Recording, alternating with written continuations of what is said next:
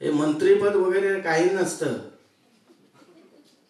कलाकार हा आजन्म ओळखला जातो. मंत्री वगैरे हे काही मला माझी ओळख एवढीच तुम्ही ठेवावी की मी एक गायक कलाकार आहे आणि पंडित जितेंद्रबुवा अभिषेकींचा शिष्य आहे. जी विद्या आम्ही आत्मसात केलेली आहे तीच आम्ही वर घेऊन जाणार आहोत. ते शाश्वत आहे. हे मंत्रिपद वगैरे अशाश्वत आहे. ते कधीही भंग पाहू शकतं. मी माझा राजीनामा रोज खिशात घेऊन फिरत असतो. माझी विधानं वादग्रस्त असतात. मी मुख्यमंत्र्यांच्या विरोधात खूप वेळा बोलत असतो. त्यामुळे माझी गच्छंती कधीही होऊ शकते हे मला माहीत आहे. माधईच्या बाबतीत सुद्धा तुम्हाला माहीत असेल की वेगळी माझी लोकांच्या भावनेची कदर करणं या भावनेच्या आविष्कारातून माझी विधानं असतात आणि ती काही दिवसानंतर लोकांना पटतात.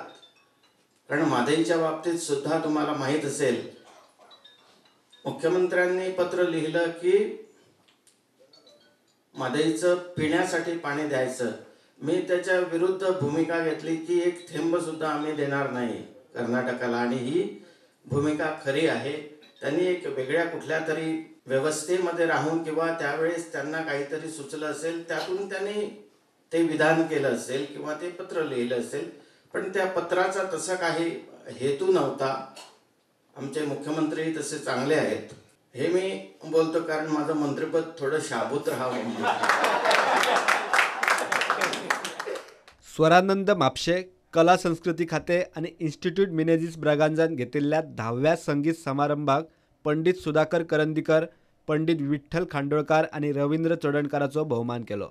मला कलाकारांबद्दल मी स्वतः कलाकार असल्याकारणाने खूप आदर आहे आणि कलेमध्येच एक शक्ती आहे जी जगाला एकत्र आणू शकते.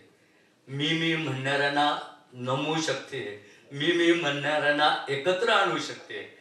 माणसाला माणूस बनवू शकते. एवढी ताकद कलेमध्ये असते.